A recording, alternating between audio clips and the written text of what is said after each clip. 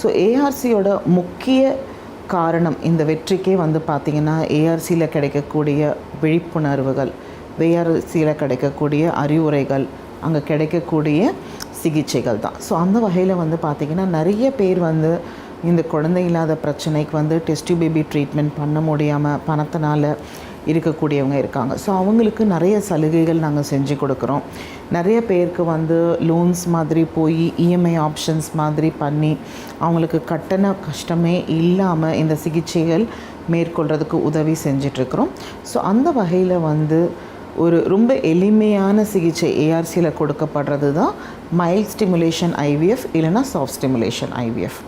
இதில் வந்து என்ன பண்ணுறோம் அப்படின்னு பார்த்திங்கன்னா ரொம்ப கம்மியான அளவுக்கு ஊசிகளை கொடுத்து மருந்துகளை கொடுத்து இருக்கக்கூடிய கருமுட்டைகளை வந்து அந்த பெண்ணுக்கு வளர வச்சு அவங்களுக்கு வந்து அவங்களுடைய கருமுட்டைகளை எடுத்து கணவரோட விந்தோட சேர்த்து கருவாக்கி கர்ப்பப்பையில் செலுத்துகிறோம்.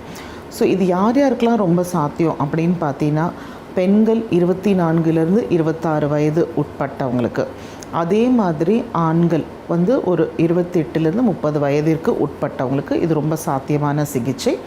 இதுக்கப்புறம் வந்து பார்த்திங்கன்னா போதுமான அளவுக்கு கருமுட்டைகள் அந்த பெண்ணுக்கு இருக்கணும், கணவருக்கும் நல்ல உயிரணுக்கள் இருக்கணும். நல்ல உயிரணுக்கள்னு நான் சொல்லும்போது 25 ஒரு 40 இல்லை 50 மில்லியன் வரைக்கும் நல்ல துடிப்போடு இருக்கக்கூடிய உயிரணுக்கள், நல்ல ஒரு வடிவத்தில் வந்து நார்மலாக இருக்கக்கூடிய உயிரணுக்கள் இருக்கணும். ஸோ அந்த மாதிரி இருந்ததுன்னா நம்ம ரொம்ப கம்மியான மாத்திரைகள் ஊசிகள் கொடுத்து இந்த கருமுட்டைகளை நம்ம வளர வச்சு இந்த கருமுட்டைகளை எடுத்து அவங்க கணவரோட உயிரணுக்களோட ரொம்ப எளிமையான மெத்தட் ஐவிஎஃப்னு சொல்லுவோம். ஐவிஎஃப்பில் என்னென்னா ஒரு கருமுட்டையும் சுற்றி 1,00,000 உயிரணுக்கள் வரைக்கும் விட்டுட்டு வந்துடுவோம். ஸோ அதுவே வந்து கருவாக மாறி வளர ஆரம்பிக்கும்.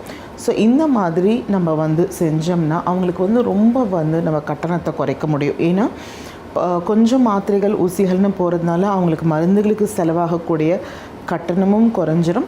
அண்ட் அந்த கருவாக மாறக்கூடிய செய்முறை வந்து ஐவிஎஃப் இக்ஸி இல்லைன்றதுனால அவங்களுக்கு வந்து அந்த ஐவிஎஃப் லேபில் நடக்கக்கூடிய செலவுகளும் ரொம்ப குறைஞ்சிரும். ஸோ இந்த மாதிரி நம்ம எல்லா செலவுகளையும் குறைச்சிடுறதுனால அவங்க வந்து இந்த ஐவிஎஃப் சிகிச்சையை ரொம்ப எளிமையான ஒரு விலை, ஒரு 1,00,000 ரூபாய்க்குள்ளார அவங்களால ஃபுல் ட்ரீட்மெண்ட்டையும் வந்து செஞ்சு முடிச்சிட முடியுது. அண்ட் இந்த மைல்ட் ஸ்டிமுலேஷனோட வெற்றி வாய்ப்புகளும் பார்த்திங்கன்னா நல்லா அதிகமாகவே இருக்கும். ஒரு 10 பேருக்கு நாங்கள் பண்ணினோம்னா 5 பேர் இல்லைன்னா 6 பேர் கண்டிப்பாக வந்து கரு விட்டுடுவாங்க.